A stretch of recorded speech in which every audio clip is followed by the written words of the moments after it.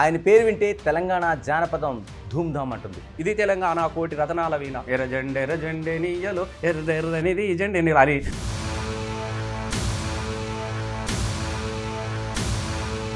తెలంగాణ పాట, తెలంగాణ మాట అపహాస్యానికి, అవమానానికి గురైన రోజులు చూశారు మీరు. ఇలా హీరో భాష తెలంగాణ భాష అయింది.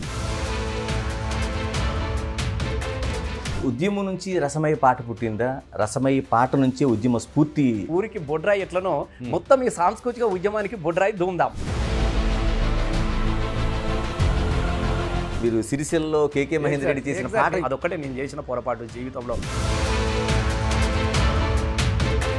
మీ ఆట కావచ్చు, మీ పాట కావచ్చు, అధికారానికి కట్టుబానిసగా అయిపోతున్నట్టు అనిపించటం లేదా? పెన్నుల మీద మన్ను కప్పుతే గన్నులై మొలకెత్తిన గడ్డ అందుకోర గుర్తు అందుకో అని పాటలు పాడింది అక్కడే కదా.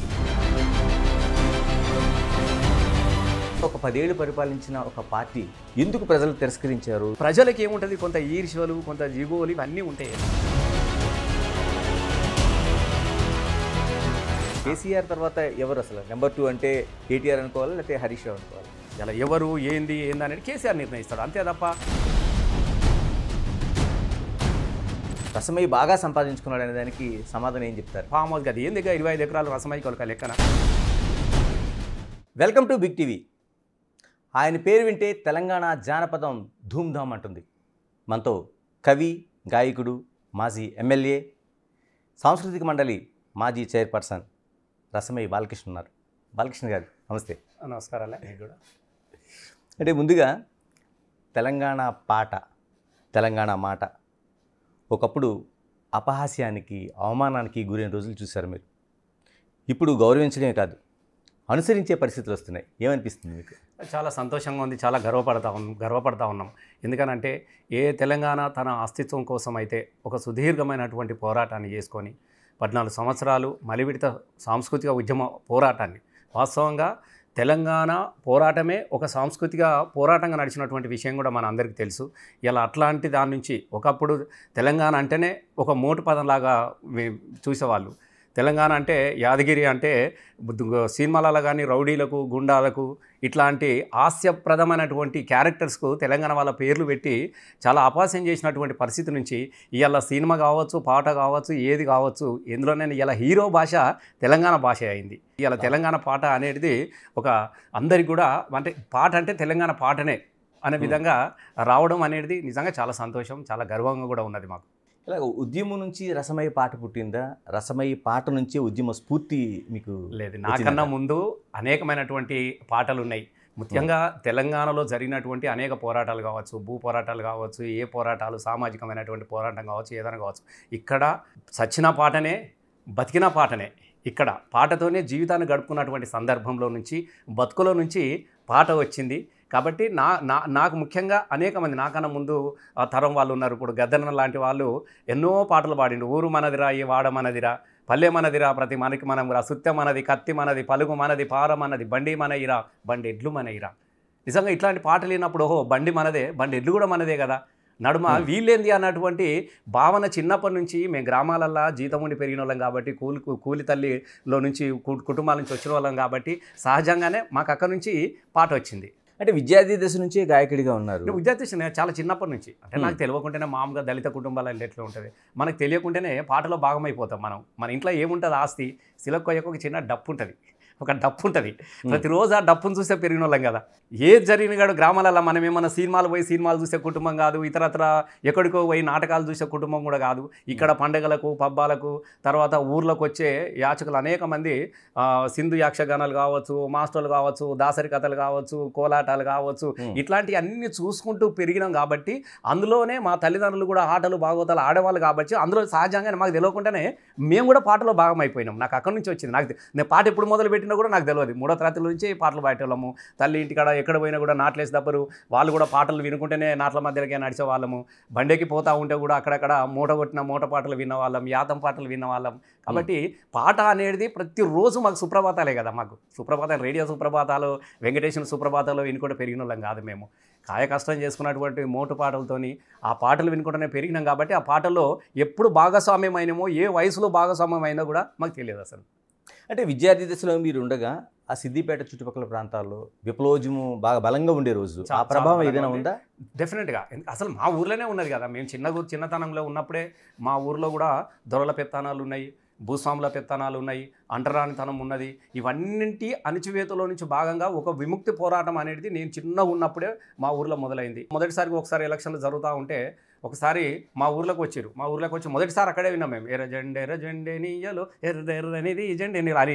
తర్వాత యాడ ఉట్టే యాడ పెరిగే యాడికొచ్చి యాడదొచ్చి ఎవరి కొరకు వచ్చినారు ఎవరి కొరకు చచ్చినారు ఏ తల్లి కడుపు పంట ఓలి సెమ్మెకేలీల ఓలి. అంటే గిరాయిపల్లిలో జరిగినటువంటి అమరత్వం మీద ఇట్లాంటి పాటలన్నీ కొత్తగా వచ్చినాయి. అయ్య చేసినప్పు కిందికి దొరల్లో జీతగాడ, ఆరేళ్ళకి జీతం ఉంటివా దొరల్లో జీతగాడ, మీసమన్న మొలువక ముందే దొరల్లో జీతగాడ, కాశవెట్టి కుప్ప ఊస్తివా. అంటే ఇట్లాంటి పాటల నేను చిన్నతనం, నేను 7th క్లాస్లో ఉన్నప్పుడే వాళ్ళు పాడుతూ ఉంటే ఇవన్నీ నేను వినవాన్ని. విని తర్వాత మళ్ళీ వాటిని కూడా నేను బయట పాడుకున్నటువంటి సందర్భం ఉన్నది. ఒకరోజు నిజంగా ఇట్లాంటి పాట పడితే, ఒకరోజు దసరా రోజున మేము దసరా పండుగ పోతా ఉంటే ఎర్ర రిబ్బన్లు కట్టుకొని వాళ్ళు వాడినటువంటి పాట వాడినాం, ఎర్రజెండ ఎన్నియోలని. నేను చిన్నగా ఉన్నప్పుడే 7వ తరగతిలో చదువుకుంటున్నప్పుడు ఎర్రజెండ పాట పాడితే పోలీసులు వచ్చి మా ఊరు యూతనంతా తీసుకొని పోతే నన్ను గోడ కుర్చీ వేయించారు మొదటిసారి ఈ పాట వాడినందుకు చిన్నపిల్లగాన్ని. అంటే నాకు అది ఎప్పుడు గుర్తొస్తుంది. అంటే ఉద్యమము మా ఊరికి ఉన్నటువంటి అనుబంధం కావచ్చు, ఉద్యమ పాటలతో మాకు ఉన్నటువంటి ఆత్మీయత కానీ ఆ పాటల అనుబంధం అట్లా మొదలైంది. అంటే రసమయి గాయకుడిగా కావచ్చు, మిగతా జీవితం కావచ్చు, అంటే ప్రజాయుద్ధ నౌక గద్దర్ ప్రభావం కావచ్చు, లేకపోతే ఎలాంటి ప్రభావం ఉంది ఆయన? అంటే గద్దర్ ప్రభావం అనేది డెఫినెట్ ప్రతి గాయకునికి ఉంటుంది. ఎందుకంటే గద్దరు తన కోసం తను ఎప్పుడు పాట పాడలే, ప్రజల విముక్తి కోసం పాట పాడినాడు, ప్రజల జీవితాల పాటలను ఆవిష్కరించే ప్రయత్నం చేసింది. కాబట్టి గద్దర్ అన్న పాట అనేది ఒక జీవితం, ప్రతి దగా పడ్డటువంటి ఒక మనిషి యొక్క లైఫే గద్దర్ అన్న పాట. అట్లా నాకు తెలియకుండా చిన్నప్పుడు ఇది గద్దరన్న పాడిందే కదా, ఊరు మనదిరా వాడ మనదిరా అని గూడ అంజన రాస్తే అన్న పాటనే కదా. అట్లా గద్దరన్న పాటలు పాడుకుంటే పెరిగిన వాని నేను. ఆ క్రమంలో వస్తున్నటువంటి క్రమంలో నాకు మొదటిసారి గద్దరన్నతోని తెలంగాణ ధూమ్ధాం అంటే వేదికను పంచుకోవడంతో పాటుగా గద్దరన్న అనేక వేదికల మీద అన్న సభ నడిపేవాడు. జననాట్య మండలి సభ కావచ్చు, ఇంకే సభ కావచ్చు అన్న నడిపేవాడు. కానీ ధూమ్ధాంలో అన్నను కూర్చుని నేను నడిపే ఒక గొప్ప అవకాశం, అంటే చాలా అదృష్టంగా నేను భావించుకుంటాను. ఒక మహా లెజెండ్ను గద్దరన్న అసలు వ్యక్తిని ఒక వేదిక మీదకి తీసుకొచ్చి ఇప్పుడు ప్రజాయుద్ధన ఒక గద్దరన్న పాట పాడతారని చెప్పేసి అన్న పాట మేము పాడుతూ ఉంటే, అరే రసమై అని చెప్పేసి అన్న మీరు లలితకళతో ఇట్లా చూసారు, అరే ఏసేరా అన్నట్టు. ఏసేరా అన్నప్పుడు మేమే కదా, అరే శివ అంటూ ఒక్క పొద్దిడి సేయంలాడరా జన్న రూపం చూడు, పాయలై విడిపోయే గంగా 7 పాయల జాతర చూడు, అలిగిన సీతకు మొండి రామునికి బంధం కలిపిన భద్రాచలము, అరే గొడ్డు రాళ్లకు బిడ్డలనిచ్చే సమ్మక్క సారక జాతర చూడు, కొరెల్లే మల్లన్నను చూడు కొండేశ్వరికెల్లో దాగుండు, కొమ్రెల్లి మల్లన్నను చూడు కొండేశ్వరికెల్లో దాగుండు, ఆ కోటి దేవుళ్లకు దీపం పెట్టిన తెలంగాణ తల్లిని చూడు, అమ్మా తెలంగాణమా ఆకలి కేకల గానమా అన్న ఇట్లా మొదలుపెట్టి మాకు ఇచ్చేది. అంటే బిడ్డ తనకు తినకపోయినా పర్లేదు మీరు తినండి రా అని చెప్పేసి, అంటే కంచంలోని అన్నము ఆకలైన బిడ్డలకు పెట్టినట్టుగా ఈ పాటలన్నీ మాకు ఇచ్చేవాడు. నిజంగా ఒక గద్దరన్న పాట అయిన ముందు ఆయన పాడి సగం వదిలేసినటువంటి పాటను పాడడం అనేది నిజంగా మాకు గుర్తొచ్చినప్పుడల్లా ఇట్లా తలుసుకుంటూ ఉంటాం మేము. అంటే అంత గొప్ప ఒక లెజెండ్ను, ఒక కారణ జన్ముని, ఒక ప్రజాయుద్ధ నౌకర్ని నడిపే అవకాశం నాకు నిజంగా నేను చాలా గర్వపడతా ఉంటాను ఇప్పుడు. కానీ ఇలాగ రసమయికి కళాకారుడిగా బాగా పేరు తెచ్చిన పాట, అంటే ఒక ఉద్యమ స్ఫూర్తి నింపిన పాట ముఖ్యంగా ఇక్కడ 2 ఉన్నాయి. నేను చాలా పాటలు పాడినప్పటికీ కూడా 2001లో ఈ టీఆర్ఎస్ మొదటి పెట్టినప్పుడు ఫస్ట్ సార్ నన్నే కూర్చుని ఒక 6 నెలల ముందే మేము పాటలు తయారు చేసినాం. అంటే జెండా కలర్ ఏది ఉండాలి, మన ఉద్యమం ఎట్లా నడవాలి అని. అంటే సారుకు 1969లో తెలంగాణ ఉద్యమం ఎందుకు ఫెయిల్ అయిపోయింది, భావవ్యాప్తి లేకపోవడంతో కొంత మళ్ళీ వెనక్కి వచ్చేసింది. కాబట్టి ఇప్పుడు అట్లాంటిది జరగదు. కాబట్టి తెలంగాణ సాంస్కృతిక పునర్జీవనం ఏదైతే ఉందో, ఒక సాంస్కృతికమైనటువంటి విప్లవం రావాలంటే భావవ్యాప్తి అనేది ప్రజలకు బలంగా పోవాలి. కాబట్టి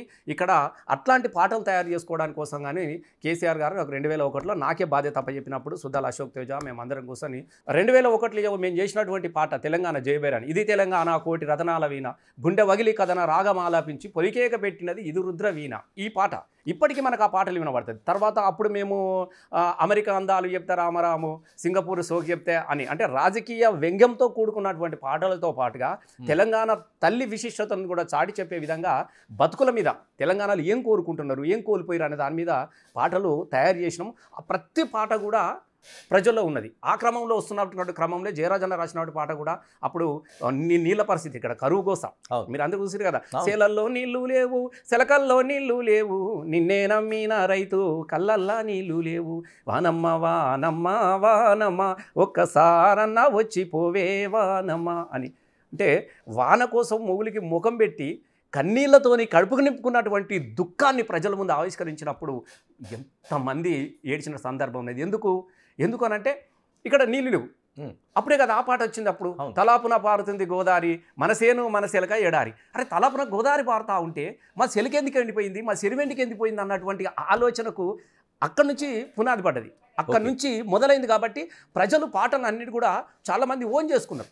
పాట ప్రతి పాట మేము రూపొందించిన పాట కదా. చెట్టు మీద పిటాలెగురవు, సేదబాయిలో ఊటలూరవు, పచ్చనూర్లా పలుగురాళ్ళు తేలినాయి, పని పాటలేక ప్రజలు తల్లాడిల్లినారో, పల్లెన పల్లేర్లు మొలిసే పాలమూరులోనా మన తెలంగాణలోనా అని మిత్రగారు కొత్తగా రాసినటువంటి ఆ పాటను ఆ సందర్భంలో ఆ వేదికల మీద అనేక సందర్భాలలో పాడడంతో పాటుగా మీకు క్యాసెట్ చేయడం జరిగింది. అలాగే గోరేటి వెంకన్న సేదానం ఏడుందిరా తెలంగాణ సేలన్ని బీళ్ళాయరా, ఏమి మారిరా తెలంగాణ బతుకులెందుకు ఈనంగా ఉన్నాయిరా అని. అంటే ఇట్లాంటి అనేక పాటలు ఒకవైపు ప్రజలను కదిలించే పాటలు ఒకవైపు నుంచి వస్తూ ప్రజల జీవితాలను ఆవిష్కరించడంతో పాటు వాటి ఆర్ద్రత కలగలిపినటువంటి జీవితాన్ని మేము వేదికల మీద ఆవిష్కరించుకున్నటువంటి సందర్భంలో మాకు కళాకారులుగా కూడా బాగా గుర్తింపు వచ్చింది. అంటే ముఖ్యంగా 2001లో బీఆర్ఎస్ పార్టీ మొదలు కాగానే తెలంగాణ ధూమ్ధామ్ 2002 అక్టోబర్ 31వ తారీఖు రోజున ధూమ్ధామ్ అని పెట్టినాం. ధూమ్ధామ్ అంటే అప్పటికి ఒక ఎవరి ఎజెండా వాళ్ళకు ఉండేది. ఇప్పుడు గద్దరన్న జననాట్య మండలికి అటాచ్మెంట్కి వచ్చిన వాళ్ళు, విమలక వాళ్ళు అరుణోదయంతో ఉండేవాళ్ళు, కోటి వాళ్ళు ప్రజాకళ మండలితో ఉండేవాళ్ళు, ఇంకొక దానిలో రకరకాలమైనటువంటి వేదికలలో పనిచేస్తూ ఉన్నారు ఎవరికి వాళ్ళుగా. మొట్టమొదటి తెలంగాణ ధూమ్ధామ్ అనేది ఒక బొడ్రాయి, ఊరికి బొడ్రాయి ఎట్లనో మొత్తం ఈ సాంస్కృతిక ఉద్యమానికి బొడ్రాయి ధూమ్ధామ్. ఈ ధూమ్ధామ్ అనేది మొదలు పెట్టిన తర్వాత వీళ్ళందరినీ ఒక వేదిక మీదకి తీసుకురావడం జరిగింది. అంటే ఎవరి ఎజెండా ఎవరి జెండా వాళ్ళకు ఉన్నప్పటికీ కూడా తెలంగాణ ఎజెండా స్వరాష్ట్రం కాబట్టి ఆ స్వరాష్ట్రం కోసము అందరు కూడా ఒక వేదిక మీకు తీసుకురావడానికి కోసము ధూమ్ధామ్ బాగా ఉపయోగపడితే దాన్ని ప్రజల్లోకి తీసుకుపోయే ఒక అవకాశము నాకు రావడంతో వ్యక్తిగా నాకు కూడా పర్లేదు. ఒక రసమై బాలకిషన్ అంటే ఒక ధూమ్ధామ్, రసమై బాలకిషన్ అంటే రసమై కోసం మాట్లాడాలంటే ధూమ్ధామ్ లేకుండా ఒక మాట లేదు పాట లేదు. ఎలాంటి మార్పు తీసుకొచ్చింది? చాలా మార్పు తీసుకొచ్చింది కదా. అసలు సాంస్కృతిక ఉద్యమము తెలంగాణ రాష్ట్ర సాధనలో చనిపోయినటువంటి పిల్లల అమరత్వాన్ని ఆకాశానికి ఎత్తింది కూడా పాటనే కదా. సిద్ధారెడ్డి సార్ రాసింది కదా, జోహారులు జోహారులు వీరులకు జోహార్ అమరులకు జోహార్ మా ఉల్లా రేవుల్లా మట్టి పొత్తిల్లల్లా. ఎంత గొప్ప పదం చూడు. మా ఉల్లా రేగుల్లా మట్టి పొత్తుల్లల్లా తొవ్వా పువ్వుల తీరు అమరులుంటారు, తొవ్వా పువ్వుల తీరు అమరులుంటారు జోహారులు. అంటే చనిపోయినటువంటి అమరత్వాన్ని ప్రజలు ప్రతి వాళ్ళు చనిపోయిన వాళ్ళు ఒక యాదిరెడ్డ శ్రీకాంతాచార ఇది కాకుండా అయ్యో మా ఇంటి బిడ్డనే ఈ తెలంగాణ కోసం చనిపోయింది కదా అన్నటువంటి ఒక భావన సాంస్కృతిక ఉద్యమం ద్వారా మేము ప్రజలకు తీసుకుపోగలిగినాం. మేము సాధారణంగా పాట కవిత్వం రెండు కూడా సైమల్టేనియస్గా నడిచిన రెండింటికి వేరుగా ఉంటుంది. మీకు ఇష్టమైన కవి ఎవరు అసలు? నాకు అంటే చాలా అంటే ఎవరికి వాళ్ళే. ముఖ్యంగా గద్దరన్న, దాని తర్వాత వెంకన్న, గోరేటి వెంకన్న, దాని తదనంతరము కొద్ది జయరాజన్న కూడా. అంటే గద్దరన్నలోనేమో ప్రజల వాడుక భాష ఎక్కువ ఉంటుంది. అవును, చాలా చాలా అంటే ఎంత సులువుగా చెప్తాడంటే మీరు ఒకసారి మేము కేసీఆర్ గారు ఇట్లా అంతా కూర్చొని మాట్లాడుతున్నటువంటి సందర్భంలో మేము చాలా పాటలు రాసుకుంటూ వచ్చినాం. చాలామంది కవులు కూర్చొని ఇట్లా కాదా అసలు మీకు చెప్పొస్తలేదు. గద్దరన్న పాట ఉండే చూడు అన్నాడు. ఏంటంటే తెలంగాణలో బడులే లేవు ఉన్న బడులకు భవంతు లేదు, తెలంగాణలో బడులే లేవు ఉన్న బడులకు భవంతు లేదు, చెట్ల కింద మా పోరగాళ్ళురా నీడ తిరిగినట్టు తిరుగుతుంటారు, పోరడు వస్తే పంతులు రాడు పంతులు వస్తే పోరడు రాడు, పంతులు పోరడు ఇద్దరు వస్తే రాయనీకి మా పంతులుగానికి చాకు పీసు లేదో నాయన. ఈ పదం కేసీఆర్ గారు చెప్పిండ్రు. అరే అబ్బా, అంటే బడి ఉంటే కనీసం రాయడానికి చాక్ పీస్ లేదు తెలంగాణలో అనేది అసలు అంతకన్నా ఉంటుంది, ఈజీగా ఉంటుంది. అంటే అట్లా గద్దరన్న ప్రతి పాటను ప్రజలకు అర్థమయ్యే విధంగా ఎప్పుడు కానీ సాహిత్యాన్ని జోడించలే, ప్రజల మాటలను పాటలో జోడించుకుంటూ వచ్చినాడు. అట్లా చాలా చాలా పాటలు కావచ్చు. ఇప్పుడు మనము పొద్దుతిరుగుడు పువ్వు పాట తీసుకున్నా కూడా, ఈ పాట తీసుకున్నా కూడా, నా తల్లి తెలంగాణరా, నా తల్లి తెలంగాణరా తిరగబడ్డ వీనరా, విరులకు పుట్టి నిల్లమ్మో పౌరుషాల గల్ల తన్నమ్మో, ఆ తేనె తెట్టెలా తీయగుంటది, కత్తి అంచులా మెత్తగుంటది. తేనె తెట్టెలా తీయగుంటది, ముట్టుకుంటే మాత్రం కత్తి అంచులా మెత్తగుంటది, కసుకున తెగుతుంది అని చెప్పిండు. అసలు ఇది మామూలు మాటలు కావు కదా. ఇది మామూలు మాటలు కాదు. నా ఇప్పుడు అమ్మ తెలంగాణమా, నిండు ముత్తైదువ తెలంగాణము, ముండమోసినట్లున్నాదమ్ము, ఆదిలాబాదు ఆకునులు మీ పెట్టుకుంది కాటుక, ఆదిలాబాదు ఆకునులు మీ కట్టుకుంది పచ్చని సీర, కమ్మం మెట్టు అడవులతో నీ పెట్టుకుంది నుదుట బొట్టు, కుసుమ పువ్వులు నూరమ్ము, ఆదిలాబాద్లో ఎక్కువ పండుతుంది కాబట్టి కుసుమ పువ్వులు నూరమ్ము, పసుపు పూసుకుందమ్మో, ఆ నిండు ముత్తైదువ తెలంగాణము. ఎంత అద్భుతమైనటువంటి పరిశీలన. ఆ నిండు ముత్తైదువ తెలంగాణము, ముండమోసినట్లున్నాదమ్ము. అంటే ఇది కావాలంటే ఏం కావాలి, తెలంగాణ కావాలి అని చెప్పడానికి కోసం ఇట్లా అత్యంత అద్భుతమైనటువంటి సహజ సిద్ధమైనటువంటి అనేక పాటలు గద్దరన్న నుంచి వచ్చినది. కాబట్టి నాకు గద్దరన్న అంటే మొదటి. అట్లాగే నేను ఎవరు తక్కువ చేయట్లేదు. ఆ లెక్కలో వస్తే కూడా ఎంకన్న కూడా చాలా అద్భుతమైనటువంటి ప్రజాగారు. నాకు ఎంకన్న గద్దరన్నది ఒక శైలి, కానీ అది ఎంకన్నది ఇంకొక శైలి. ఎంకన్న దానిలో కూడా చాలా సులభమైనటువంటి పదాలు ఉన్నప్పటికీ కూడా ఆయన ఒక తాత్వికత దాగుంటుంది ఎంకన్న పాటలలో. ఒక మనిషి యొక్క మర్మం ఉంటుంది, మర్మం చెప్తాడు. అంటే ఈయనది ఒక శైలి.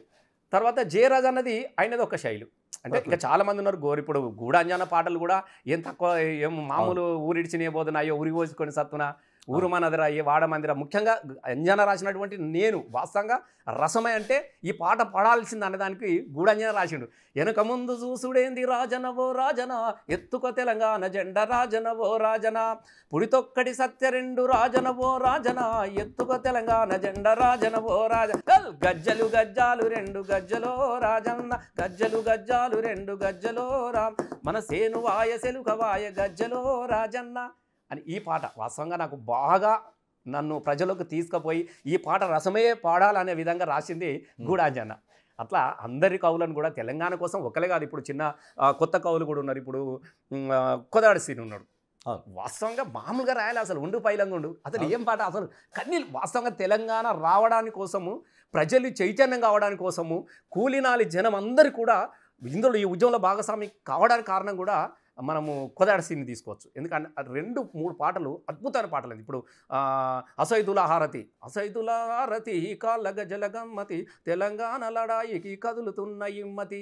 ఆ పాటతో పాటు ఉండు పైలంగుండు అమ్మ మాయమ్మ, బొంబాయి పోతున్న తల్లి మాయమ్మ, బతుకు బారా మాయే సేద గోరా మాయే, చేసేదేమీ లేక సంచారం పోతున్నా, బతుకు తెరువు కానీ అమ్మ మాయమ్మ, బొంబాయి పోతున్న తల్లి మాయమ్మ, చేతగాని దాని కొడుక మల్లయ్య, ముసలిపానం నాది బిడ్డ మల్లయ్య అని అబ్బాబ్బాబ్బా ఏడ్చేటోళ్ళు జనం వలవల. మేము స్టేజ్ల మీద వాడుతూ ఉంటే ప్రతి వాళ్ళు కన్నీళ్ళు పెట్టే విధంగా. అంటే ఈ కొత్త తరం కవులు వీళ్ళు. అట్లాగా అభినయ సీన్ ఉస్మానియా క్యాంపస్లో ఉదయించిన కిరమ, వీర తెలంగాణమా, యశ్పాల్ కూడా వీరులారా వీర వనితలారా, యశ్పాల్ రాసింది కూడా చాలా పాటలు ఉన్నాయి. కళ్ళం నిండా గింజాలు ఉన్న రైతన్న, పల్లెం నిండా మెతుకులేవి రైతన్న అని రాసినాడు.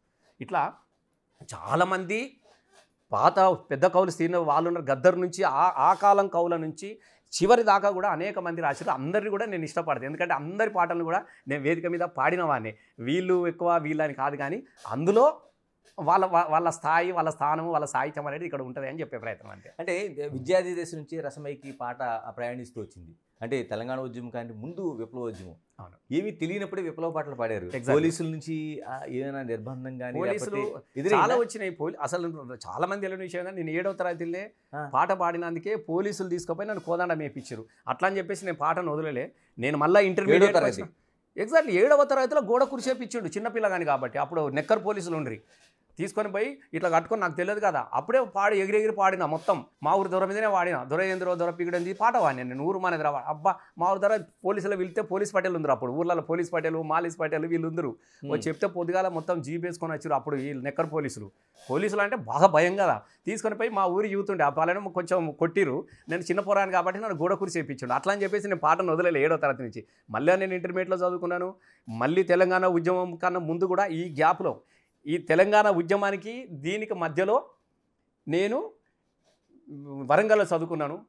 అప్పుడు వరంగల్లో నేను ఇక్కడ నుంచి అక్కడ పోయినాను కాబట్టి డెఫినెట్గా నువ్వు ఆర్గనైజేషన్ కోసం వచ్చినావు, విప్లవం కోసం వచ్చినావు. నేను సీకేఎం కాలేజీలో చదువుకున్నా.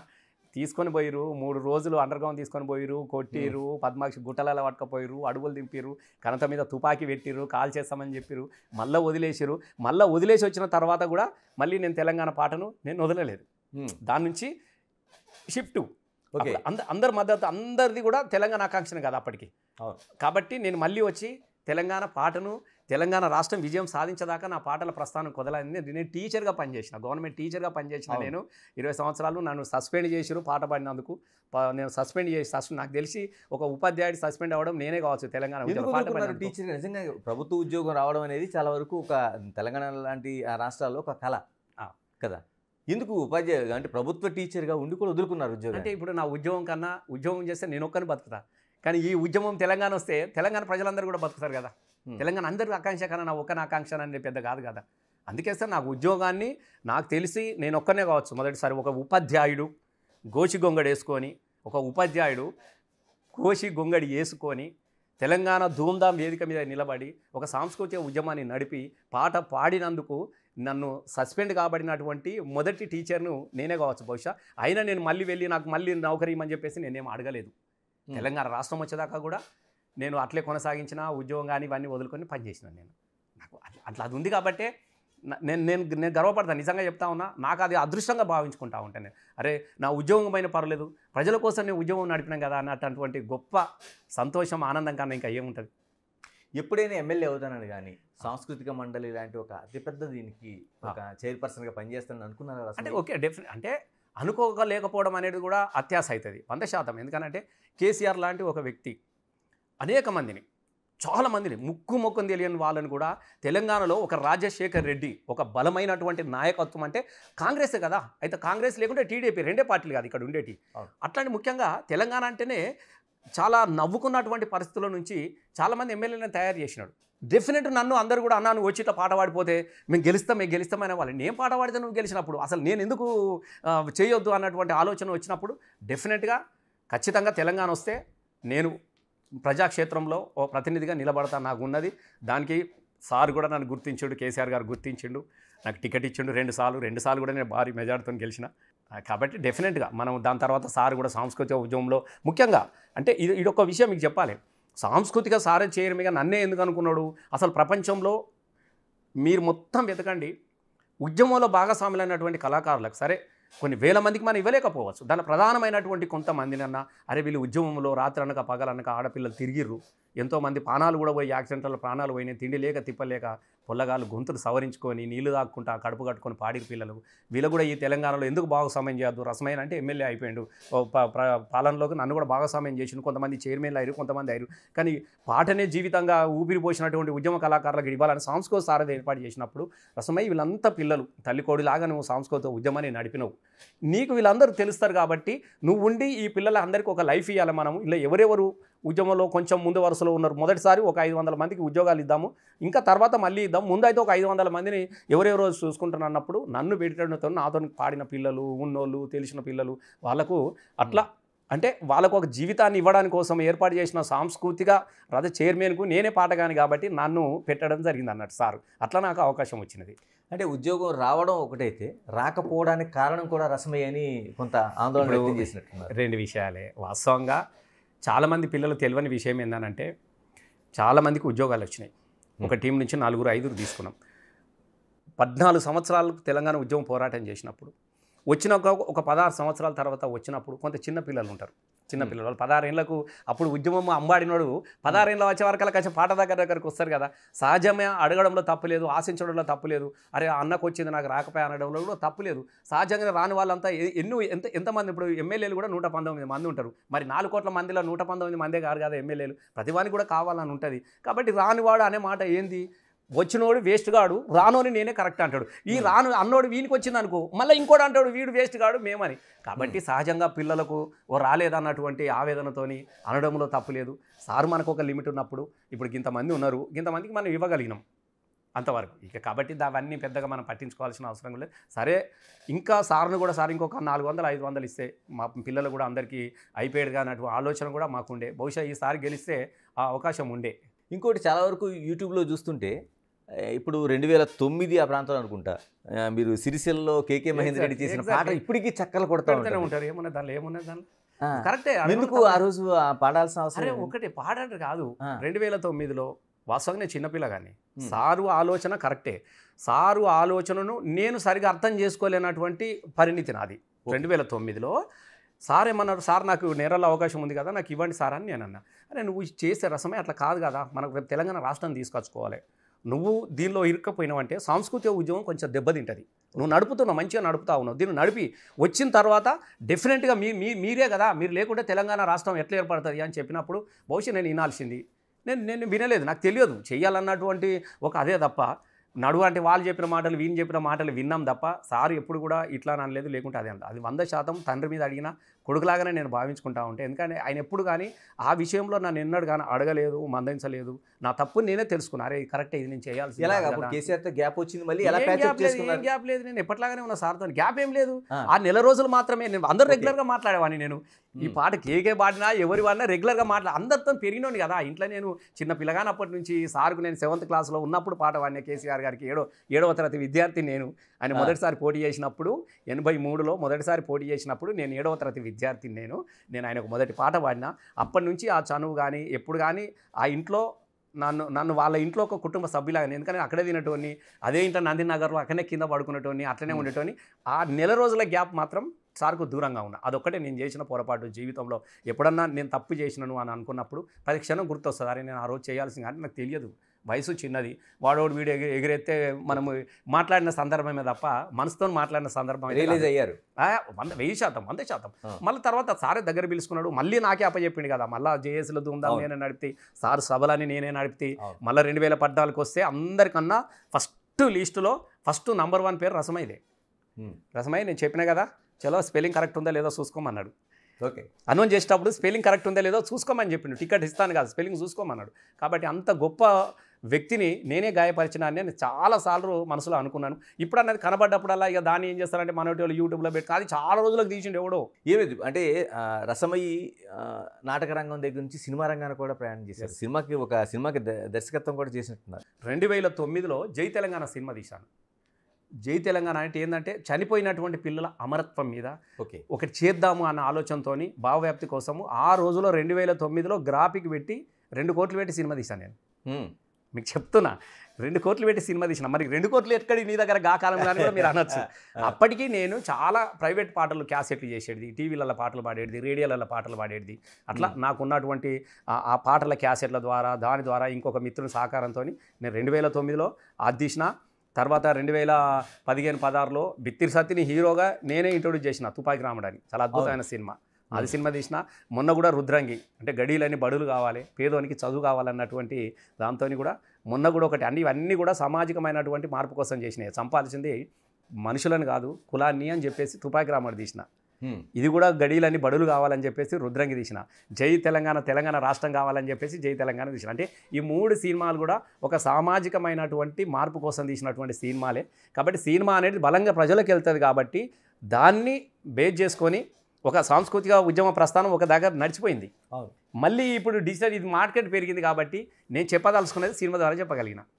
ఇంకా ఏమైనా అటువంటి ఆలోచనలు ఉన్నాయి? ఇంకా ఇప్పుడు ప్రస్తుతం ఇప్పుడైతే మా ఆలోచన గతంలో తెలంగాణ రాష్ట్రం కోసం ఏ విధంగా అయితే ప్రజలను చైతన్యపరిచి సాంస్కృతికంగా పోరాటం చేసి తెలంగాణ రాష్ట్రాన్ని మనం ఎట్లా సాధించినామో ఇప్పుడు 6 గ్యారంటీల మీద అనేకమైనటువంటి అబద్ధాలు చెప్పి ఇవాళ ప్రజలు మళ్ళా ఆ రోజు తెలంగాణ నీళ్ళ కోసం ఏడ్చిరు. తెలంగాణ నీళ్ళ కోసం ఏడ్చిరు, తెలంగాణ నిధుల కోసం ఏడ్చిరు, తెలంగాణ వలసలు పోతున్న బతుకులు ఆగాలని ఏడ్చినటువంటి సందర్భం ఆ రోజు ఉంటే సేమ్ మళ్ళీ అలా గవ్య పరిస్థితులు మళ్ళీ కనపడతా ఉన్నాయి. తెచ్చుకున్న తెలంగాణ ఏడవడానికి కోసం కాదు, తెచ్చుకున్న తెలంగాణను చాలా గొప్పగా చేసుకోవాలన్నటువంటి ఆలోచన ఏదైతే ఉన్నదో, నేను కరేష్ భాయ్ నీకు చెప్తే మీరు నమ్మరు తెలుసా, మొన్న మీరు ఒక దగ్గర ఏదో చిన్న యూట్యూబ్లలో ఇంటర్వ్యూ చేసిండు, భర్త వెళ్ళిపోయి మళ్ళీ ఏడుస్తూ ఆమె ఏం చెప్పింది తెలుసా, మళ్ళీకి వలస బతుకులు, అది 10 ఏళ్ళలో ఇక్కడ బతుకులు వలస బతుకులు లేవు కదా, మళ్ళీగా బతుకొచ్చు సార్, మళ్ళీ బొంబాయి పాట పెట్టుకుంటున్నాం సార్, పోయినాంగన్నాయి ఇది నా మాట కాదు, మళ్ళీ బతుకుపోయిన పాట పెట్టుకొని ఏడుతున్నాం సారు అని చెప్పినది. అంటే మళ్ళీ సీఎం అది వస్తూ ఉన్నది. కాబట్టి డెఫినెట్గా మళ్ళీ మరొక సాంస్కృతికమైనటువంటి కోణాన్ని డెఫినెట్గా ప్రజలకు మళ్ళీ తీసుకెళ్తాం, మళ్ళీ సమీకరించుకున్నాం. అప్పుడు తెలంగాణ తీసుకొచ్చుకున్నాం, ఇప్పుడు తెచ్చిన తెలంగాణను కాపాడుకుంటాం. అంటే రాజకీయాల కంటే ముందు అంటే ప్రజా కళాకారులుగా మీ ఆట కావచ్చు, మీ పాట కావచ్చు, అధికారానికి కట్టుబానిసగా అయిపోతున్నట్టు అనిపించటం లేదా? ఒక వేదిక కావాలి నిర్మాణానికి. ఇప్పుడు గద్దరన్న లాంటి వ్యక్తి మొత్తం జీవితం అంతా, ఇప్పుడు విమలక్క కావచ్చు, గొర్రెటి వెంకన్న లాంటి కావచ్చు, జయరాజు కావచ్చు, అనేక మంది దొరలకు పటేళ్లకు వ్యతిరేకంగా ఈ దొర పటేళ్ల రాజ్యం గుల్చ రండన మీరు రండనో లడాయి అయినా చేద్దాము లెండన మీరు లెండరని పాడినటువంటి విమలక్క లాంటి వాళ్ళు, అరుణోదయ సాంస్కృతిక లాంటి వాళ్ళు అందరూ కూడా కేసీఆర్ ధూమ్ధామ్కు వేదిక మీద వీళ్ళందరూ పంచుకున్నారు కదా. అట్లని చెప్పేసి వీళ్ళంతా కేసీఆర్కు బానిసలో దీనికో కాదు కదా. ఇక్కడ ఏంది, దేనికి బానిసలు? ప్రజల ఆశయాలకు బానిసలు, ప్రజల ఆకాంక్షలకు బానిసలు. ప్రజలు కోరుకున్న తీసుకురావడానికి కోసం ఒక వేదిక కావాలి అని అనుకున్నప్పుడు 100% విమలక్క గద్దర్ కానీ స్వతంత్రంగా పాటలు పెట్టుకొని పాడదామంటే పర్మిషన్ ఇచ్చే పరిస్థితి ఉండేనా తెలంగాణలో? మీరు చెప్పండి, ఉండేనా? మనమే కదా ఎట్లా బతుకుడు ఎలా బతుకుడు తెలంగాణ పల్లెల్లోన మీసం మొలిసిన కొడుకుల చూసి ఆశలనే పెంచుకుంటే గుట్టల నిండా శవాలు పుట్టు మచ్చల ఆనవాళ్ళయ్యా తెలంగాణ అనే పాటలు పాడుకున్నాం కదా. ఇంకేమీ మిగిలిందిరా తెలంగాణలో, జిల్లేడు మొలిసిందిరా అని చెప్పేసి. ఎక్కడ శవం తెలియనటువంటి పరిస్థితులలో వీళ్ళను పాట పాడించే పరిస్థితి లేదు కదా. కానీ పాట పాడించే వాతావరణం ఎక్కడుంది? ధూమ్ధాంలో ఉంది, కేసీఆర్ దగ్గర ఉంది.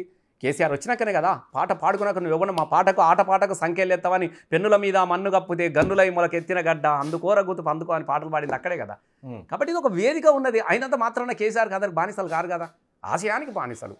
ఎవరు అధికారంలో ఇక్కడ కొంతమందికి ఒక వేదిక నిర్మాణంలో ఉంటుంది, మనం చెప్పుకోవాలన్నటువంటి ఆలోచన ఉంటుంది. ఇప్పుడు ఒక ఉపాధ్యాయుడు తరగతి గదిలో పాటను మాత్రమే బోధిస్తాడు, మైదానంలోకి వెళ్ళినప్పుడు తన లక్ష్యాన్ని తన ఆశయాన్ని బోధిస్తాడు. అంతే తప్ప ఇప్పుడు ఇవాళ ఏమున్నది? అవునన్నా కాదన్నా మళ్ళీ ఏది అయింది? ఏ వేదికన్నా అయితే వెనుక ఉండి నడిపించగలిగిండో మళ్ళీ ఇప్పుడు గదే వేదికకు మళ్ళీ ఆయన పెద్ద దిక్కయ్యండి కదా. అయినంత మాత్రం అందరు బానిసలు కాదు కదా. ఇప్పుడు మేము పాటలు పాడినాం, అందరు నాకే పంపిస్తా ఉన్నారు. డైరెక్ట్ చెప్పిన వాళ్ళంతా అన్న ఇక నువ్వు పెట్టే అని చెప్తే నేనే పెడుతున్నా పాటలు, నేనే పాడుతున్నా, నాకు రాసి పంపిస్తే నేనే పాడుతున్నా. మళ్ళీ ఎందుకంటే ఇంత వెళ్ళిన ఒక 10 ఏళ్ళు పరిపాలించిన ఒక పార్టీ ఎందుకు ప్రజలు తిరస్కరించారు? ఎందుకు ఆ ఓటమి చూడాల్సిన అవసరం వచ్చిందంటే ఏం చెప్తారు? 10 సంవత్సరాలు కాదు, మీరు 10 అంటారు, 25 సంవత్సరాలు చూసారు. తెలంగాణలో 25 సంవత్సరాలు ప్రజల ఉద్యమానికి నాయకత్వం వహించింది కూడా టీఆర్ఎస్ పార్టీ. వచ్చిన తర్వాత మళ్ళీ అధికారంలో కూడా బీఆర్ఎస్ పార్టీ 10 సంవత్సరాలు ఉన్నది. అంటే కేసీఆర్ను ఒక 25 సంవత్సరాల నుంచి జనం చూస్తూ ఉన్నారు. కొంతమంది పిల్లలు ఈయన తప్ప ఇంకోటి నాయకుడే తెలియదు. ఓటు అననే పుట్టిండు, అననే ఓటు హక్కు వచ్చింది, అన్నీ వేసారు. సహజంగానే ప్రజలకి ఏముంటుంది, కొంత ఈర్ష్యలు, కొంత దిగువలు ఇవన్నీ ఉంటాయి. నన్ను కూడా అంటారు కదా, రసమా ఇట్లా అట్లా అని అంటాడు. కానీ ఇప్పుడు మీరు ఇంతసేపు నన్ను అడిగారు, నా యవ్వనం కోల్పోయి, నా జీవితం కోల్పోయి, నేను అన్నిటికీ ఉద్యోగం కోల్పోయి, ఇన్ని కోల్పోయి చచ్చినా పర్వాలేదు అనుకొని యాక్సిడెంట్లు, మన్ను మషాడాలు, జైలు ఇవన్నిటిని కూడా తట్టుకొని మనం ఇంత దూరం వచ్చినటువంటి నన్ను కూడా రకరకాల మాటలు అంటూనే ఉంటారు. నచ్చినోడు ఒక తీరు, నచ్చనోడు ఒక తీరు, కళాకారుడు కూడా పోస్ట్ పెడుతూనే ఉంటారు. ఇవన్నీ సహజంగా జరుగుతాయి. అట్లా కేసీఆర్ను కూడా ఒక మార్పు, అరే 10 సంవత్సరాలకు అయినా చూసినాం కదా, ఒక మార్పు చూద్దామన్నటువంటి దాని నుంచి ఒక సామాజికమైనటువంటి కోణం కూడా తెలంగాణలో పనిచేసింది. మీకు ఇది తెలవాలి ప్రజలకు కూడా. ఎందుకు? నీలం సంజీవరెడ్డి నుంచి మొదటి ఆంధ్రప్రదేశ్ ముఖ్యమంత్రి నీలం సంజీవరెడ్డి నుంచి కిరణ్ కుమార్ రెడ్డి దాకా అందరు ఎవరు ఉన్నారు? ఒకసారి వరుస పెట్టింది, ఒకళ్ళిద్దరు తప్ప, అక్కడొక్కడ పరిగెరినట్టు ఒకటో రెండో తప్ప మిగతా అంతా సేమ్ కదా. ఈ కోణాన్ని కూడా ప్రజలకు తీసుకుపోయారు మొన్న జరిగిన దానిలా. మనం కదా అనే ఒక భావన తీసుకుపోవడంతో పాటుగా మెల్లగా ప్రజలందరికీ కూడా ఒక రకమైనటువంటి బలహీనతను, అంటే ప్రజల యొక్క ఏం కావాలని కోరుకుంటారో దాని మీద మేము ఇది ఇస్తాం, మేము అది ఇస్తామని చెప్పడంతో పాటుగా ఒక మార్పును కోరుకున్నటువంటి ప్రయత్నంలో కేసీఆర్ గారిని వద్దనుకున్నారు, కాంగ్రెస్ను కావాలనుకున్నారు. దానిలో చాలా మటుకు పోయిన ఏడాదిలో 10 సంవత్సరాలు 2 సార్లు కేసీఆర్కి అవకాశం ఇచ్చారు. కానీ ఒక సంవత్సరన్నర కాలంలోనే ఇవాళ మళ్ళీ ఏం కోరుకుంటూ ఉన్నారు అంటే ప్రజలు వాళ్ళు ఏదో ఆశించారు. నేను ఇక్కడ వాళ్ళు ఆశించింది కేసీఆర్ కూడా చేయకపోవచ్చు. సరే రేవంత్ రెడ్డి చేస్తారని అనుకున్నారు, మళ్ళీ ఇది వచ్చిన తర్వాత మళ్ళీ ఇంకేదో కావాలని మళ్ళీ ఏం ఆశించి మళ్ళీ ఏం స్టార్ట్ అయింది. కాబట్టి ఇవి సహజంగా జరుగుతూనే ఉంటాయి. అంటే అధికారం చేపట్టిన 2వ రోజు నుంచే, రేవంత్ రెడ్డి ప్రభుత్వం వచ్చిన 2వ రోజు నుంచి బీఆర్ఎస్ ఉద్యమాలు చేయడం అనేది డెమోక్రసీగా ఎలా చూడాల్సిన అవసరం? మీరు ఒకటి గీతలు ఎవరు గీసుకున్నారు? రేవంత్ రెడ్డి గారు గీసుకున్నారు కదా. 10 సంవత్సరాలు బీఆర్ఎస్ పార్టీ ఉన్నది, కేసీఆర్ గారు చేసిండే, మాకు ఆర్థికమైనటువంటి ఇబ్బందులు ఉన్నాయి, మేము ఇవి చేయగలుగుతాము, ఇవి చేయలేము అని చెప్పుకోవాల్సినటువంటి వ్యక్తి 100 రోజులలో మీకు చేస్తా అని చెప్పింది ఎవరు? ఆయననే కదా. సహజంగానే మనం పని చేస్తున్నామే, పని చేసినప్పుడు ఏమున్నది, అరే నెలకు అదే వచ్చే నెల జీతం ఇస్తానే 2 నెలలు కలుపుతానా, ఇచ్చి 2 నెలలకు ఇస్తా అంటారు అనుకో, 2వ నెల కూడా ఇవ్వకుంటే ఏం చేస్తావు? నువ్వేం చేస్తా? సహజంగానే అడుగుతావు కదా, అదే పోయిన నెల ఇయ్యకనే పోతివి, ఈ నెల ఇయ్యకనే పోతివి, ఇంకెప్పుడు ఇస్తావా అని చెప్పేసి అడుగుతారా? అడగరా? సహజంగా జరిగేటివి. వీళ్ళే గిరి తీసుకున్నారు కదా, 100 రోజులు చేస్తా అని చెప్పింది వీళ్ళే. కాబట్టి డెఫినెట్ ప్రజల పక్షాన నిలబడ్డప్పుడు ఆ ప్లేస్లో రేవంత్ రెడ్డి కాంగ్రెస్ ఉన్నా కూడా ఇట్లనే అడిగేటోడు. ఏ ప్లేస్లో కూడా ప్రజలు ఏదైతే కోరుకుంటాడు, ఏ రాజకీయ పార్టీ అయినా మీరు గుర్తుపెట్టుకోండి, ప్రతిపక్షంలో ఉన్నప్పుడు ప్రజల నాలుకలాగా పనిచేస్తారు అంతే. అది 2వ రోజా 3వ రోజా ఏది కాదు. అరే 100 రోజులు అయింది ఇంకా చేస్తలేడు, ఇంకెప్పుడు చేస్తాడు సార్ అనగానే వచ్చేసి అవునే 100 రోజులు అయితే ఇంకెప్పుడు చేస్తారు, ప్రజలంతా అడుగుతా ఉన్నారని చెప్పేసి సహజంగానే ఉంటుంది కదా. అంటే ఇక్కడ అర్థం కాదు ఏంటంటే, రేపో ఎల్లుండో మనకు అధికారం వస్తుందని ఒక బీఆర్ఎస్ అగ్రనేతలే చెప్తున్నారు. ఏ విధంగా వస్తుందంటే 5 ఏళ్ల కాలంలో వరకు ప్రజలు అధికారం ఇచ్చారు, ఇంత తొందరగా రావడానికి ఏ బీఆర్ఎస్ నాయకుడు ఇప్పుడు యూట్యూబ్లలో పెట్టుకోవడానికో, ఫేస్బుక్లలో పెట్టుకోవడానికో, ఇన్స్టాగ్రామ్లో పెట్టుకోవడానికో, ఎక్స్లో పోస్ట్ చేయడానికి మాట్లాడుకునే మాటలే. సహజంగానే ఒక ప్రభుత్వం 5 సంవత్సరాలకు వచ్చింది, ఎట్లొస్తుంది అంటున్నా. ఆయన కాకపోతే ఇప్పుడు వాళ్ళ పార్టీలో రేవంత్ రెడ్డి కాకపోతే ఇంకోనికి అవకాశం ఇస్తుండొచ్చు, ఇంకోళ్ళకి ఇస్తారు తప్ప ఈ 5 ఏళ్ల పాలన తీసుకొచ్చి నీకెందుకు ఇస్తారు? కాబట్టి ఈ ఆలోచనలు అనేటివి పార్టీ కేసీఆర్ మిగతా వాళ్ళు ఎప్పుడు కూడా ఇట్లాంటి ఆలోచన ఎన్నడూ కూడా చేయలేదు.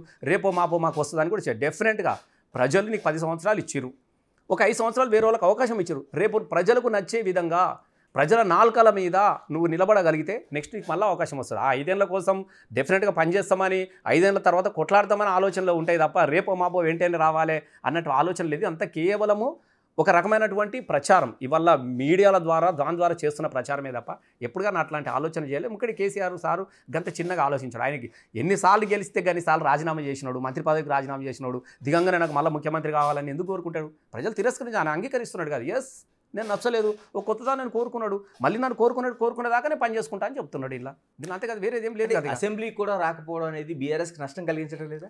ఇప్పుడు అసెంబ్లీ పరిస్థితి కూడా మీరు చూస్తూ ఉన్నారు. అసెంబ్లీ ఎందుకు నష్టం చేస్తారు? కొంతమంది ఎమ్మెల్యేలు ఉన్నారు, ఒక మంచి డైనమిక్ లాంటి తెలంగాణ ఉద్యమాలు నడిపినటువంటి వాళ్ళు సీనియర్స్ ఉన్నారు. ఇప్పుడు హరీష్ అన్న 5 సార్లు 2 సంవత్సరాల నుంచి ఆయన మంత్రిగా పనిచేసిండు.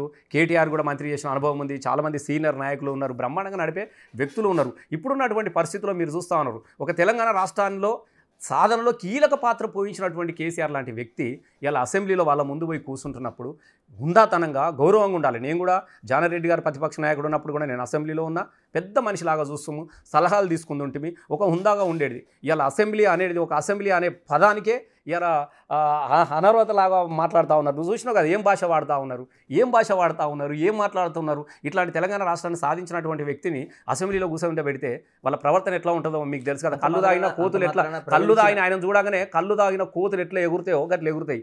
దేనికి పోవాలి? నిజంగానే తెలంగాణ కోసం ఒక చర్చ పెడదాం, తెలంగాణ ప్రజలు కోరుకుంటున్న దాని మీద మాట్లాడదామని అనుకున్నప్పుడు పెద్ద ఆయన అనుభవం చెప్తాడు, మాట్లాడతాడు, మీకు ఏమైనా సలహాలు ఇవ్వగలుగుతాడు, మీరు స్వీకరించే పరిస్థితి. అది లేకుండా నీ పేగులు మెడకేసుకుంటాం, నీ గుడ్లు తీసేస్తా, నీ కాళ్ళు తీసేస్తా, నీ ముడి మీద గీ పదాలు మాట్లాడుతుంటే అసెంబ్లీలో పోయి పెద్ద పోయి కూర్చుండమని చెప్తున్నారు. అంటే అంత మాత్రాన ప్రజలు ఇచ్చిన ఏదైతే ఇది ఉందో దాన్ని కాదని అసెంబ్లీ ఎందుకు అసెంబ్లీ పోతేనే పోయినట్ట. ఎంత అసెంబ్లీ ఎన్ని రోజులు జరుగుతాయి మీరు చెప్పండి? వానకాలము, చలికాలం, ఎండాకాలం 3 సార్లు 3 వారాలు జరుగుతాయి. ఇక 3 వారాలకే అసెంబ్లీకి పోతేనే ఉన్నట్టు లేకుండా ఇప్పుడు ప్రజాక్షేత్రంలో లేదా? రోజు కేసీఆర్ని కలుస్తలేరా? రోజు కేసీఆర్ సమస్యల మీద మాట్లాడతలేడా? కాబట్టి అసెంబ్లీ అనేది 100% ఒక చట్టాలు చేసేదే. మీరు ఏమనుకున్నారంటే అసెంబ్లీ పోగానే అన్ని కాదు. అసెంబ్లీ అనేది శాసనాలు మాత్రమే తయారు చేసే ఒక సభ. అది దయచేసి అన్న పోగానే సమస్య పరిష్కారం అనేది కాదు. కాబట్టి చాలామందికి ఏమనుకుంటే అసెంబ్లీ పోతేనే పోయినట్టు, అసెంబ్లీలు ఉంటేనే ఉన్నట్టు చెప్తున్నారు కదా. చాలామంది మాట్లాడిరు, బీఆర్ఎస్ పార్టీలు కూడా మాట్లాడిరు. మరి మాట్లాడిన దానికి ఏదైనా ఇంప్లిమెంటేషన్ ఉందా? ఎస్ కానప్పుడు వచ్చి మాట్లాడతాడు. మరి కేసీఆర్ వచ్చి చెప్తేనే నేను చేస్తా అంటే నువ్వు చెప్పు, 100% వస్తాడు. ఇలా ఇంకా మీ పార్టీ అంతర్గత విషయం కోసం మాట్లాడదాం. కేసీఆర్ తర్వాత ఎవరు అసలు నెంబర్ 2 అంటే కేటీఆర్ అనుకోవాలా లేకపోతే హరీష్ రావు అనుకోవాలా? ఇప్పుడు 1, 2, 3 నంబర్లు ఎక్కడ ఉండే ప్రపంచంలో గుర్తుపెట్టుకోండి. ఇప్పుడు 1, 2, 3 నంబర్లు మనం అనుకుంటున్నాం తప్ప ఎక్కడ ఉండవు. కేసీఆరే. ఎస్ కేసీఆర్ ఉన్నంత కాలం కేసీఆర్ తదనంతరం కేసీఆర్ నిర్ణయిస్తాడు. ఇలా ఎవరు ఏంది అనేది కేసీఆర్ నిర్ణయిస్తాడు అంతే తప్ప ఈయన నంబర్ 1 ఇలా నంబర్ 2 నంబర్ 3లు ఉంటాయి ఒక ప్రాంతీయ పార్టీలలో ఎక్కడ ఉండదు దయచేసి ఇక్కడని కాదు ఎక్కడ కూడా ఉండవు. అంటే మనం చూస్తుంటే హరీష్ ప్రాధాన్యత కొంచెంగా తగ్గుతున్నట్టు కనిపించడం లేదా మీకు? అంటే పార్టీలో నాకేమనిపించట్లేదు నాకేమనిపించట్లేదు ఆ కోణంలో చూసే వాళ్ళకి అనిపిస్తుండొచ్చు ఈయన తగ్గుతుందని. మాకు ఎందుకు అనిపిస్తుంది? ఇప్పుడు పొద్దులేసి ఎవరి పని వాళ్ళు చేస్తూ ఉన్నారు. కేటీఆర్ పని కేటీఆర్ చేస్తూ ఉన్నాడు, హరీష్ అన్న పని హరీష్ అన్న చేస్తూ ఉన్నాడు. సమస్య ఉన్నప్పుడు ఉమ్మడిగా కదిలిపోతూ ఉన్నారు. లేదు అన్న నువ్వు ఈ పని నువ్వు చేసుకురా అంటే హరీష్ అన్న పోతున్నాడు. కేటీఆర్ దగ్గరికి వెళ్తే అప్పుడు పార్టీ వ్యక్తిగత ఆయన వర్కింగ్ ప్రెసిడెంట్ కాబట్టి పార్టీ నిర్మాణాన్ని అంత ఆయన చూస్తూ ఉన్నాడు. రైతుల పోరాటాలు కానీ మిగతా సమస్యలు ఉన్నప్పుడు హరీష్ అన్న కూడా పోతూ ఉన్నారు కదా. ఎవరి ప్రాధాన్యతలు ఏముంటాయి? ప్రాధాన్యత అనేది ఒకళ్ళు ఇస్తే కాదు, సమస్య ఉన్నప్పుడు మనం క్రియేట్ చేసుకుంటే వాళ్ళు ఉంటారు. ఇప్పుడు నేను కూడా ఉన్నా, అరే నువ్వు రా అన్న ఇక్కడ ప్రోగ్రామ్ పెడుతున్నామన్నా నువ్వు చెప్తానంటే 4 పాటలు పాడి నేను పోయేస్తలేనా? నేనేమంటానంటే ఎవరు చేసే పనులు ఎవరికి ఏ పని అవకాశం ఉంటే వాళ్ళు పోతూనే ఉన్నారు, పని చేసుకుంటూనే ఉన్నారు తప్ప ఈయన 1, 2, 3 లేకుంటే ఈయన అది మనం అనుకోవడానికే తప్ప అట్లా ఉండదు పార్టీలల్లో. ఎస్ కేటీఆర్ కూడా రోజుకు 100 సార్లు ఫోన్ చేస్తాడు హరీష్ అన్నకు. ఏం చేద్దాం బావా ఇది ఇట్లా ఏమున్నదంటే ఏదైనా సమస్య ఉన్నప్పుడు హరీష్ అన్న కూడా కేటీఆర్కి ఫోన్ చేస్తాడు. రామ్ ఇది ఇట్లా ఉన్నది, మరి దీన్ని ఇట్లా చేద్దామా, లేకుంటే పెద్ద ఆయన దగ్గర మాట్లాడదాము, ఈ చర్చ ఎట్లా చేస్తే పరిష్కారం అనేది డెఫ్గా రోజు మాట్లాడుకుంటా ఉంటాం. అంటే బయట చూసే ప్రజలకు అలా కనిపించడం లేదు. అట్లా నేను ఏమంటున్నానే, ఇప్పుడు నెగిటివ్గా చూసేటానికి పాజిటివ్ ఎట్లా కనబడుతుంది? నాకు తెలిసి నేను చెప్తా ఉన్నా పెద్ద ఆయన దగ్గర రామన్న కన్నా కూడా నేనే పెద్దోని. వాళ్ళు చిన్న పిల్లలు ఉన్నప్పటి నుంచి చూస్తున్నా. కవితమ్మ కానీ అన్న కానీ హరీష్ అన్న కానీ వాళ్ళందరితో నేను పెరిగిన వాడిని. అసలు అట్లాంటి ప్రస్తావన కానీ అట్లాంటి భావన కానీ ఎవరి మధ్యలో కూడా ఉండదు. ఇలా మళ్ళీ కేసీఆర్ రావాలి, కేసీఆర్ని మళ్ళీ ముఖ్యమంత్రిని చేయాలి, తెలంగాణ రాష్ట్రాన్ని మళ్ళీ కాపాడుకోవాలన్న ఆలోచనతోనే అందరూ పనిచేస్తున్నారు తప్ప దీనిలో నేను నువ్వు అనేది ఎక్కడా లేదు. రసమైన సూటిగా అడగదలుచుకున్నాను. 2 టర్ములు పనిచేశారు ఎమ్మెల్యేగా. ఎస్ రసమయ్య బాగా సంపాదించుకున్నాడు అనే దానికి సమాధానం ఏం చెప్తారు? అన్న ఏం లేదు, సంపాదన ఉండదు. ఇప్పుడు మాది మానకొండ నియోజకవర్గం, పెద్ద ఫామ్ హౌస్ ఉందంట కదా. పెద్దది ఉండదు. నీకు ఒక మంచి మాట చెప్పాలి, మంచిగా అడిగినావు. ఫామ్ హౌస్ కాదు గీమ్ హౌస్ కాదు, 2 విషయాలు చెప్తా. పెద్దది ఏముంటుంది, నాకు ఒక 25 ఎకరాల భూమి ఉంది, 25 years. నాకు నియోజకవర్గంలో ఇల్లు కావాలి కాబట్టి నేను ఇల్లు కట్టుకున్నా. నేను ఎన్నడూ పంట పండించుకోలేదు, పరిగెరుకొని బతికినాం కాబట్టి నాకు పంట పండించుకోవాలి నా తల్లి కోసము. అరే మా అవ్వ ఎప్పుడు కానీ నాట్లేసిందే తప్ప ఒడ్డు మీద కూసుకోలేదు నా తల్లి. చేయాలనుకున్నాను ఒక చిన్నది. మీరు ఇప్పటిదాకానే చూస్తారు, ఎమ్మెల్యే అయినప్పుడు నేను ఏం చేయలేదు, నాది అంతా పోగొట్టుకున్నా. ఎవడన్నా ఎమ్మెల్యే చదువుతూ సంపాదించుకుంటే ఎవడన్నా సినిమా తీస్తాడే? నేను అడుగుతా. 2009లో రసమయ్య 2 కోట్లు పెట్టిండంటే అప్పుడు 10,000కి 20,000కి 50,000కి ఎకరం ఉండు. ఇలా నా దగ్గర 2 కోట్ల కంటే 100 ఎకరాలు ఉండేది. ఆ 100 ఎకరాలు ఆ రోజు జై తెలంగాణ సినిమా తీయకుండా, అప్పుడైతే ఇవేం లేవు కదా, ఎమ్మెల్యే కాదు ఏం కాదు కదా, ఉత్త గోచి గొంగడే కదా నాకు. నేను అప్పుడు కనుక నేను భూమి కొనుక్కుంటే ఇలా 200 ఎకరాలకు నా దగ్గర ఉన్నటువంటి 100 ఎకరాలు కొనుక్కున్నా కూడా ఇలా 50 లక్షలకు ₹1,00,00,000 ఎకరం భూమి ఇలా నాకు ఎన్ని 100 కోట్ల ఆసామిని అయి ఉంటే నేను మరి తెలంగాణ కోసం నేను ఖర్చు పెట్టినా, తెలంగాణ ఉద్యమం కోసమే చేసిన కదా. రసమయ్య బాలకృష్ణ అనేవాడు పైసల కోసం ఆరాటపడాడు. ఇంకోటి నియోజకవర్గంలో ఏమొస్తుంది, పేదోళ్ళు ఉంటారు, నేను కాంట్రాక్టులు చేస్తానా, నేను కారీలు చేస్తానా, డబ్బులు ఎట్లా వస్తాయి అంటున్నా. నాకు జీతం వస్తుంది, నా జీతంలోకే కార్డు గీక్కుంటోని చేసుకునేటోని. ఎవరైనా కళ్యాణ లక్ష్యం అంటే పొద్దుగాల చీరలు కొనుక్కుంటుంటే, సంచి కొనుక్కుంటుంటే, ఇంటికి పోతుంటే, తండ్రి పెట్టేస్తుంటే, పెళ్ళిళ్ళకు సావులకు నాకు కలిగినంత చేసి పెట్టినా తప్ప ఎవడో అనుకునే మాటలే తప్ప ఫామ్ హౌస్ కాదు. ఏం దగ్గర 25 ఎకరాలు రసమయ్య కొలక లెక్కన. నీకు విషయం తెలుసునా, నేను దానిలో టీన్యూస్లో ఒకటి రసమయ్య దరువు చేసిన. 2 కోట్లు వచ్చినాయి నాకు. 2 కోట్ల రూపాయల అక్షరాల 2 కోట్లు సంవత్సర కాలం నడిచింది. మీకు ఎన్ని పెద్ద మహాసిమెంట్ లాంటి యాడ్స్ మీకు తెలియదు ఏమన్నదిగా. 2 కోట్లు వచ్చినాయి, భూమి కొనుక్కున్నా. అరే నేను కూడా ఇంత ఇల్లు కట్టుకున్నా, ఇంత వ్యవసాయం చేసుకుంటా ఉన్నా. ఇప్పుడు నేను ఎట్లా బతకాలి నేను అడుగుతా ఉన్నా. వ్యవసాయం ఇప్పుడు నేను బీరతోట పెట్టుకున్నా, 5 ఎకరాలు బీరతోట పెట్టినా, 25 లక్షలు వచ్చినాయి నాకు తెలుసా. 25 లక్షలు సంపాదించిన నేను ఒక నెల. ఈ నెలలో 25 lakhs సంపాదించిన బీరతోట పెట్టుకొని నేను. బీరతోటలో 25 లక్షలు సంపాదించిన ఒకటే నెలలో నేను. ఇప్పుడు కూడా నా తోట ఉంది, మంచిగా 50 రూపాయలకు 40 రూపాయలకు ఎకరం, రోజు 2 క్వింటాలు 3 క్వింటాల బీరకాయలు అమ్మిన నేను. 25 లక్షలు వచ్చినాయి నాకు. మరి ఇప్పుడు నేను బతుకుతున్నా కదా, ఎట్లా వస్తుంది అంటున్నా. ఎమ్మెల్యే దీపంగానే ఏముంటుంది, ఒక 50-60 వేలు పెన్షన్ వస్తుంది, డ్రైవర్కు మాకే వస్తుంది. ఎట్లా ఉంటుంది, బతకడానికి అయితే ఒకటి కావాలి కదా. పని చేసుకొని బతకడంలో దాని ఇది ఉన్నది, నాకు అది ఉన్నది. నిజంగా చెప్తున్నా, నాలాంటి వాడు కళాకారు డబ్బులుంటే ఎక్కడో వ్యాపారాలు అది చేసుకుంటారు, కానీ మనం అది చేసుకోలేదు కదా. ప్రజల కోసమే సినిమా తీసిన కదా. నా దగ్గర ఏం లేదు, ఈ క్షణానికి కూడా నా దగ్గర రూపాయి బిల్ల లేదు. మళ్ళీ కావాలని కూడా ఆరాట పడటం. నాకు శక్తి ఉన్నది, నాకు గొంతున్నది, సంపాదించుకోగలుగుతా. ఐఎమ్ క్రియేటరే. ఇలా నా పాటలు యూట్యూబ్లలో పెట్టుకొని కోట్లు లక్షలకు వ్యూస్ సంపాదించుకుంటున్నారు. అట్లాంటిది రసమయ్యకి ఏం తక్కువ. నా దగ్గర పాట ఉంది, నా దగ్గర తెలివి ఉంది, ఐఎమ్ ఏ క్రియేటర్. కాబట్టి నేను క్రియేటర్ ఆలోచన ఉన్నంత వరకు ఇంకా సంపద మీద ఆలోచించాల్సిన అవసరం కూడా లేదు. కేవలం రాజకీయంగా మనలో ఏదో బదనాం చేయాలన్నటువంటి ఆలోచన చేసిన మాటలే తప్ప నువ్వు నియోజకవర్గంలో సామాన్య జనులు ఎవ్వరు కూడా రసమయ్య ఒక్క మాట కూడా మాట్లాడారు. నా జీవితం అందరికీ తెలుసు వాళ్ళకు. ఇలా చివరిగా ఏప్రిల్ 27న వరంగల్లోన రజతోత్సవాలు జరుగుతున్న బీఆర్ఎస్. ఎస్ ఎలాంటి సన్నాహాలు చేస్తున్నారు? రసమయ్య పాత్ర ఏంటి?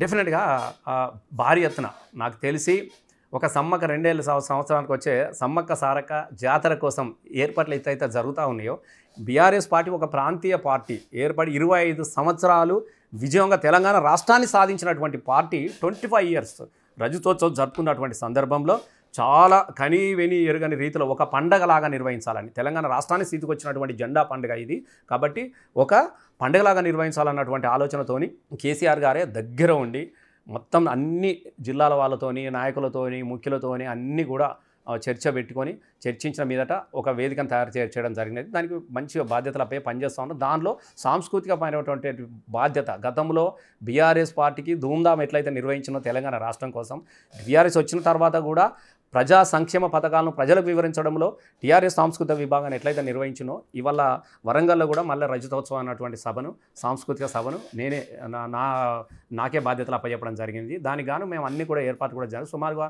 ఒక 30 మంది కళాకారులతోని మంచిగా మేము ఏమేమి ఉండాలి, ఎట్లా ఉండాలి, ఏం ప్రస్థానం ఉండాలి దాని మీద ఇప్పటికే మేము అందరం కూడా రిహార్సల్ కూడా మొదలు పెట్టుకున్నాం.